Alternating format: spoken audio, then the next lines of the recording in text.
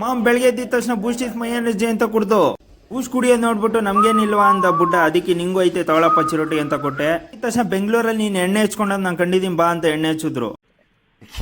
ಇಲ್ಲಿ ಮಿಕ್ಸಿಲಿ ತಿಂದು ಬೇಜಾರಾಗೈತೆ ಅಂತ ಇವತ್ತು ಒಳ್ಕಲ್ ಚಟ್ನಿ ನೋಡ್ತಾ ಇದ್ದಂಗೆ ಬಯಲ್ ನೀರ್ ಬರ್ತಾ ಇತ್ತು. ಹಂಗೆ ದೋಸೆ ಆಲೂಗಡ್ಡೆ ಪಲ್ಯ ಚಟ್ನಿ ಬಾರಿಸಿದೆ ಕೆಲಸ. ನೀನೋ ಗಂಟ್ಲು ತನಕ ತಿಂದ್ಬಿಟ್ಟೆ, ಈಗ ನಮಗೂ ಆಗ್ಬಾರಪ್ಪ ಅಂತ ಹಸ್ಗಳು ಕರೆದು ಅದಕ್ಕೆ ಹಸ್ಗಳಿಗೆ ಒಂಚೂರು ಬೂಸೆ ಎಸ್ತು ಕಾಯಿ ಕೆಡಬೇಕು ಕೊಳ್ವಿ ನೋಡಿ. ಈಗ ಕಾಯಿಲೆ ತುಂಬಾದ್ಮೇಲೆ ಎಳ್ನೀರು ಕುಡಿಲೇಬೇಕಲ್ಲ, ಅದಕ್ಕೆ ಒಂದು